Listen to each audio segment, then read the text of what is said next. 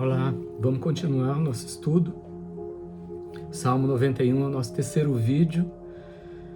Vamos começar pelo versículo, continuar, na verdade, o versículo 4, tá? Ele te cobrirá com as suas penas e debaixo das suas asas estarás seguro. A sua verdade é escudo e broquel. Bom, esse lugar em Deus que a gente vem falando desde o versículo 1, que é a chave do Salmo 91, está no versículo 1, se a gente não entender, e principalmente se a gente não viver o versículo 1, não adianta continuar, digamos assim, declarando os textos como se fosse uma palavra mágica. A Bíblia ela não funciona assim. Primeiro a gente tem que viver os princípios de Deus para poder ativar as bênçãos dele na nossa vida. Por isso que a gente tem falado tanto sobre os fundamentos e sobre os princípios de Deus, para que a gente possa ter acesso ao restante digamos assim, para que a bênção seja liberada sobre a nossa vida. Então, existem princípios que devem ser cumpridos, e esses princípios, eles liberam uma resposta de Deus para nós, diante daquilo que a gente vive, diante daquilo que a gente tem vivido. E aqui não é diferente, Nos Salmos existe esse princípio de dependência total e absoluta em Deus, que a gente viu no versículo 1. No versículo 1. O versículo 4 do Salmo 91, ele está muito ligado a 1 Pedro, capítulo 5, versículo 8 e 9, que diz o seguinte: sede sóbrios e vigilantes. O diabo, vosso adversário, anda em derredor como um leão que ruge procurando alguém para devorar. Resisti-lhes firmes na fé, certos de que sofrimentos iguais aos vossos estão se cumprindo na vossa irmandade espalhada pelo mundo. Uma das coisas que a gente vê no versículo 4 aqui do Salmo 91 é essa comparação que o Senhor faz em relação à proteção, de uma ave em relação aos seus filhotes. Ela é capaz, mesmo na fragilidade dela, diante de qualquer ameaça, ela se coloca entre o inimigo e os filhotes que ela precisa cuidar. Da mesma forma é o nosso Senhor, é o nosso Pai. Jesus fez isso por nós. Ele se colocou totalmente,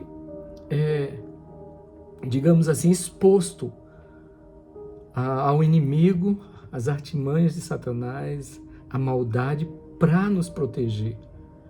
A atitude de Jesus em se entregar naquele momento do Getsêmani foi exatamente o que o Salmo 91 está falando aqui.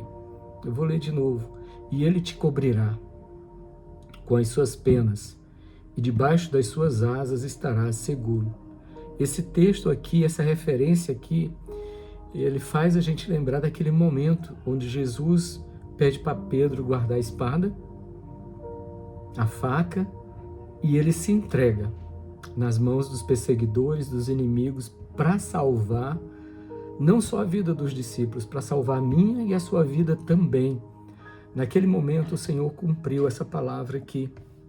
Uma das vezes que o Senhor fez isso, porque ele se manifestou dessa forma em vários momentos ali do ministério, da vida dele. Em Isaías 42, versículo 13, a palavra do Senhor fala assim: o Senhor sairá como valente, despertará o seu zelo como um homem de guerra, clamará, lançará forte grito de guerra e mostrará sua força contra os seus inimigos.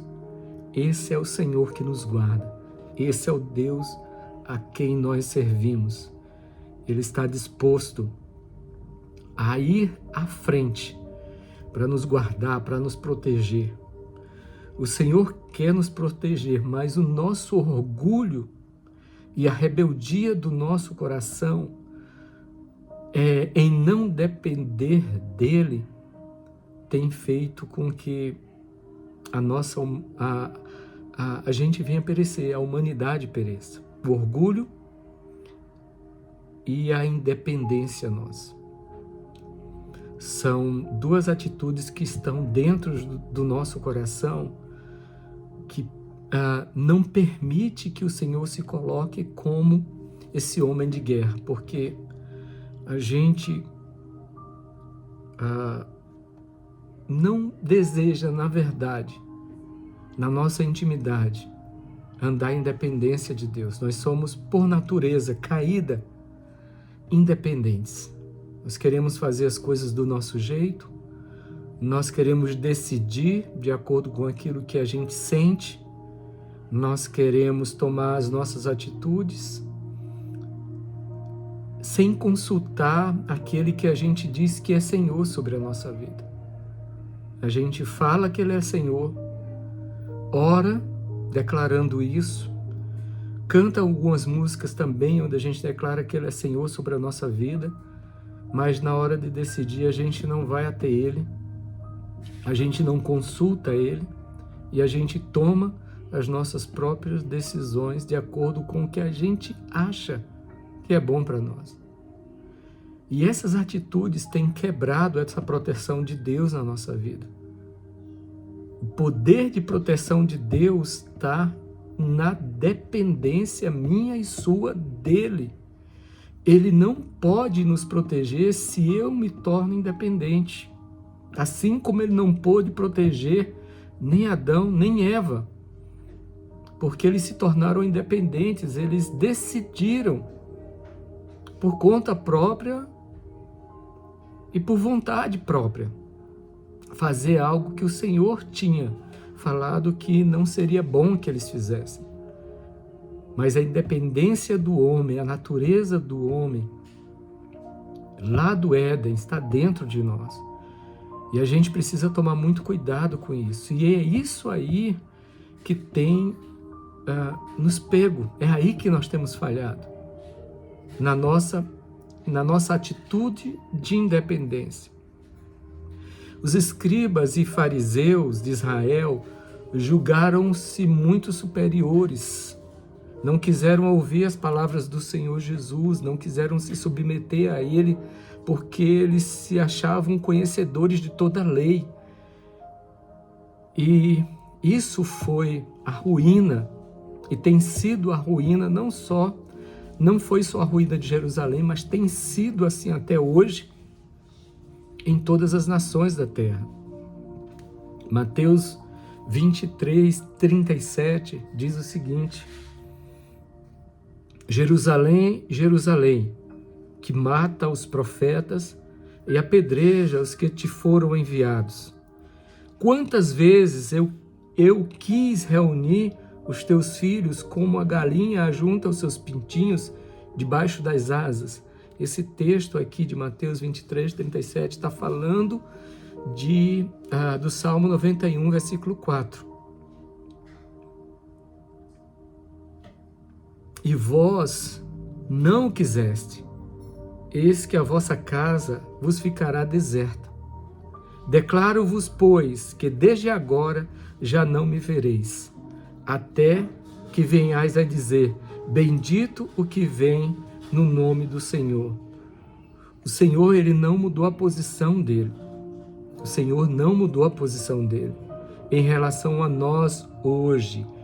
Ele quer nos acolher e nos colocar sobre a sua proteção.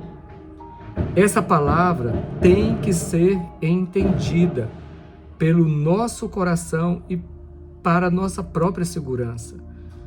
Eu vou ler de novo o versículo 4, a segunda parte, que diz assim: a sua verdade, não é a nossa verdade, não é aquilo que eu acho, não é aquilo que eu creio, não é aquilo que eu estabeleci na minha vida como uma verdade, mas a verdade de Deus. Fala assim: a sua verdade é escudo e broquel. A sua verdade é escudo e broquel. Verdade é a palavra de Deus. O próprio Senhor Jesus é essa palavra. A espada do Espírito é a verdade e se torna instrumento de nossa defesa, como escudo e como uma arma de ataque. Provérbios 30, versículo 5 diz o seguinte: toda a palavra de Deus é pura. Ela é escudo para os que nele confiam. Em algumas traduções é citado como pavês, que significa escudo grande. Escudos eram colocados nas bordas das embarcações. Alguns eram feitos de madeira, outros de metal.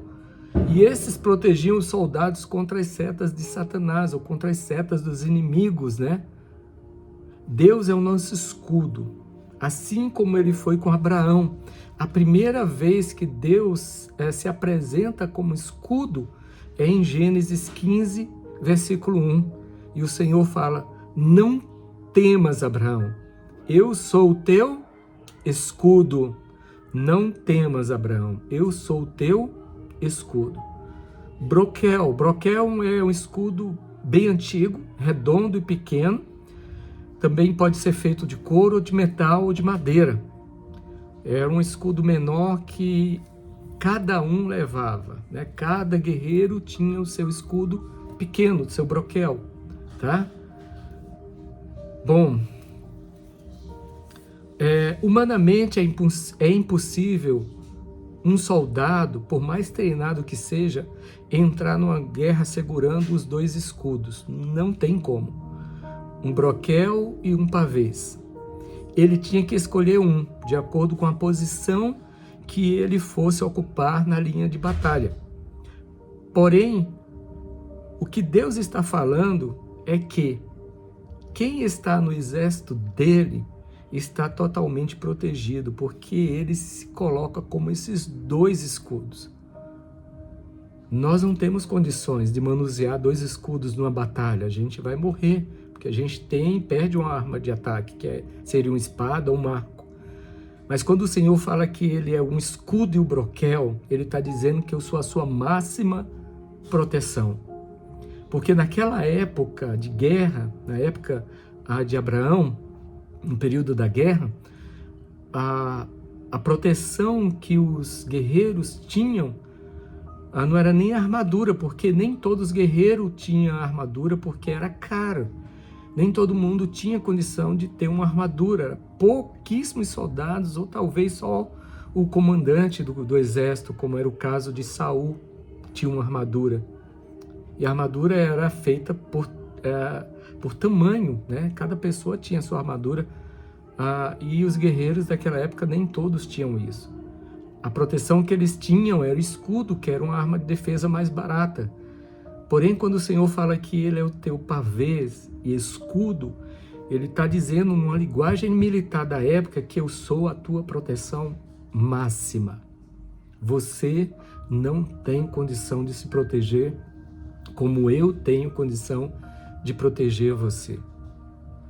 Queria terminar esse texto, versículo 5, só fazendo referência a Isaías 55:11, que diz assim: assim será a palavra que sair da tua boca, não voltará para mim vazia, antes fará o que me apraz e prosperará naquilo que a enviei. O Senhor está falando de um profeta que está debaixo da completa proteção de Deus. Quando nós estamos debaixo da completa direção e proteção do Senhor, a palavra que sai da nossa boca é a palavra de Deus. E a palavra de Deus, ela não volta vazia, ela cumpre, ela se estabelece. Por isso que lá em Êxodo fala que se você quer saber se um homem é profeta ou não, é só você ver se as profecias que ele está falando vão se cumprir. Se as profecias que ele declarou se cumpriu, é um homem de Deus. Esse era o teste que eles tinham para saber se aquele homem era um verdadeiro profeta ou não. Versículos 5 e 6 diz o seguinte: não temerás o espanto noturno, nem a seta que voe de dia, nem a peste que anda na escuridão, nem a mortandade que assola o meio-dia. Aqui ele fala que não temeremos, não fala que irá nos livrar. É bem interessante a gente prestar atenção no texto. Às vezes a gente lê a palavra e a gente não tem cuidado de ver a interpretação correta. Ele fala assim: não temerás o espanto noturno, nem a seta que voa de dia, nem a peste que anda na escuridão, e nem a mortandade que assola no meio-dia. Ele não fala que vai nos livrar, ele fala para a gente não temer. A resposta é que se trata de realidades espirituais que estão liberadas na Terra e que atuam com legalidade pelo pecado da humanidade que habita em nós. Existem realidades espirituais que ainda não foram liberadas, ainda sobre a Terra, mas porém já atua entre nós, digamos assim, de forma indireta. O espanto ou terror noturno, em hebraico o nome é Lilith, substantivo feminino derivado da palavra liahea, eu acho que é assim a pronúncia, que significa noite, que pode ser traduzido como coisa noturna ou bicho da noite. Lilith também tem sido traduzida como coruja, mocho, monstro noturno, bruxa noturna, monstro terrível, fúria vingadora, furacão, tufão. Outros estudiosos pensam que esse é o equivalente ao hebraico do que hoje se fala do moderno vampiro. Outros opinam que deve estar em foco as trevas causadas pelas tempestades, as areias do deserto, como se alguma criatura não desse mundo, oculta pelas trevas de tais tempestades, quisesse destruir alguma vítima que ficasse ao alcance. Eu estou falando de uma lenda, suméria, que alguns, dos beduínos no deserto, durante as tempestades de areia, viam figuras dentro dessa tempestade de areia. E eles denominavam essas figuras, eles chamavam por esse nome, Lilith. É um ser que anda oculto para tentar destruir aquilo que tiver na frente. Em Isaías 34, versículo 14 e 15, diz assim: e as feras do deserto se encontrarão com hienas, e o sátrio chamará ao seu companheiro, e Lilith pousará ali, e achará lugar de repouso para si. Ali fará a coruja o seu ninho, e porá os seus ovos, e aninhará os seus filhotes, e os recolherá debaixo da sua sombra. Também ali se ajuntarão os abutres, cada fêmea com seu companheiro. Em Isaías 13, versículo 21, isso daqui é uma linguagem espiritual, ok? Em Isaías 13, versículo 21, diz assim: porém nela as feras do deserto repousarão, e as suas casas se encherão de corujas. Ali habitarão as avestruzes, os sátiros, é tipo um bode, tá? Pularão ali. Apocalipse 18, versículo 2 faz referência a esse texto quando ele fala morada de demônios, tá? Na versão da Bíblia Sagrada revisada. Vale ressaltar essa observação. A leitura judaica diz que Lilith teria sido a primeira esposa de Adão. Isso é uma literatura judaica, né? Então, o fato é que não só no Salmo 91, mas em Isaías faz muita referência a esse ser espiritual que é uma ação espiritual, um demônio que trabalha nas trevas, que trabalha na noite, tá? Que vem durante a noite. Alguns dizem que é o pesadelo, mas o pesadelo é a ação desse demônio, né? Não é ele em si, mas é uma ação dele. Bom, a gente, nesse estudo que eu vou começar agora, próximo vídeo, eu vou falar um pouquinho sobre a ação desses demônios aqui, citados no versículo 5 e 6, para que a gente possa entender um pouquinho da ação desses seres espirituais que é citado nesse capítulo e também no livro de Isaías, onde Isaías fala muito da ação desses demônios, ok? Então a gente se encontra no próximo vídeo. Nós vamos terminar também com uma oração. Senhor, em nome de Jesus, eu te peço, Pai, e te agradeço pela Tua palavra, Senhor Deus, que traz o entendimento, que traz a revelação, que nós possamos entender, Pai, a nossa dependência em Ti, que o Senhor possa ser realmente Senhor sobre a nossa vida, que nós possamos reconhecer que é o Senhor que fala, Pai, e que a Tua verdade é superior a qualquer verdade que eu queira estabelecer para me convencer, ou convencer alguém para que a minha vontade seja estabelecida, Pai. Quebra em nós o orgulho e a independência e nos leva sujeitos a Ti, Pai, em nome de Jesus. Amém. Que Deus te abençoe e a gente se encontra daqui a pouco no próximo vídeo.